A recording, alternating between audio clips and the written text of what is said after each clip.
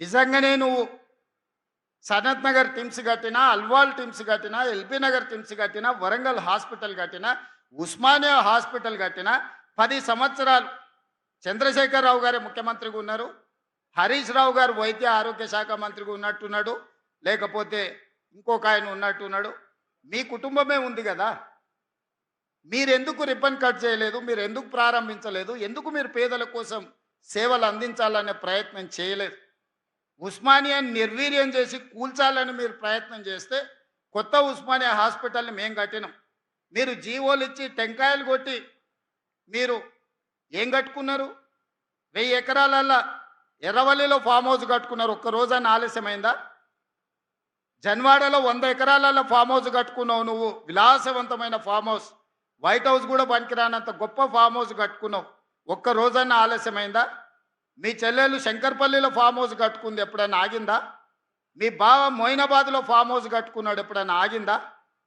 మీ form హౌస్లో ఒక్కరోజు కూడా ఆలస్యం కాకుండా ఒక ఆయన 1000 ఎకరాలలా, ఇంకొక ఆయన 100 ఎకరాలలా, మీ చెల్లెలు 50 ఎకరాలలా, మీ బావ 25 ఎకరాలలా విలాసవంతమైన భవంతులు, పెద్ద పెద్ద గడీలు నిర్మించుకున్నారు. సరైన సమయంలో అవి పూర్తయినాయి. కానీ మా పేదలకు అందించే ఒక్క హాస్పిటల్ అన్న మీరు కట్టి చూపించిండ్రా? పూర్తి చేసిండ్రా? ప్రారంభించిండ్రా? పేదలకు వైద్యాన్ని అందించిండ్రా?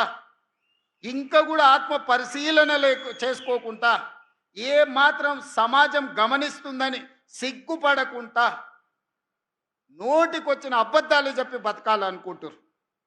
తెలంగాణ ఉద్యమం అప్పుడు రాష్ట్ర సాధన కోసం మీరు ఎన్ని అబద్ధాలు చెప్పినా, ఎన్ని తప్పులు చేసినా ఆ ప్రొఫెసర్ కోదండరామ్ గారి ముఖం చూసి మేము అందరం ఊరుకున్నాం. ఇప్పుడు అట్లాంటి పరిస్థితి లేదు. దయచేసి మీ ఆలోచనలు, మీ బుద్ధి మారాలి. కరువు రావాలని అఘోర దీక్షలు, రాష్ట్రంలో రైతులు చచ్చిపోవాలని చేతబడులు చేపించేది మాని మీ బుద్ధి మారాలని ఆ నల్లమల్ల అడవుల పోయి ఒక 2 ఏళ్ళు తపస్సు ఏమైనా చేస్తే, అడవులల్లో ఆ సెంచులకు ఏమైనా సేవ చేస్తే, లేకపోతే ఆదిలాబాద్లో మా గోండులకు ఏదన్నా సేవలు అందిస్తే మీరు సంపాదించిన 1,00,000 కోట్లల్లో కనీసం నియోజకవర్గానికి 10 కోట్లు 20 కోట్లు ఖర్చు పెట్టి సేవలు చేస్తే మీరు చేసిన పాపాలు కొన్నెన్నా తగ్గుతాయి, మీకు విముక్తి జరుగుద్ది. అంతే తప్ప అబద్ధాల ప్రచారాలతోని, ఆర్టిఫిషియల్ ఇంటెలిజెన్స్లో క్రియేట్ చేసిన సోషల్ మీడియా ప్రచారంతో, లేకపోతే మీ బంట్రోతులు కట్టే ఫ్లెక్సీలతోని మిమ్మల్ని ఎవడు నమ్మడు. మీరు అన్నీ చేసినామని అబద్ధాలు చెప్తేనే మిమ్మల్ని ఇంటికి పంపించారు. పార్లమెంట్ అప్పుడు గుండు సున్నిచ్చారు.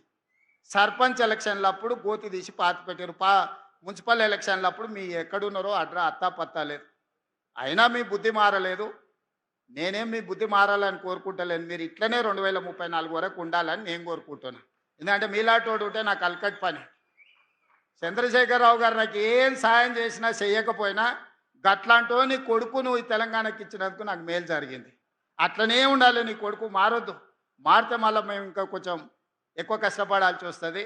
కాబట్టి మిత్రులారా, ఎవరేమనుకున్నా, మా మంత్రులు కూడా బాధపడుతున్నారు. మా ఎంకన్నా, మా బట్టన్న వాళ్ళు ఇట్లే చెప్పిరు అట్లే చెప్పిరని. వాళ్ళు అట్లనే అబద్ధాలు చెప్పాలన్నా నిజాలు ప్రజలకు అర్థమవుతూనే ఉంటాయి.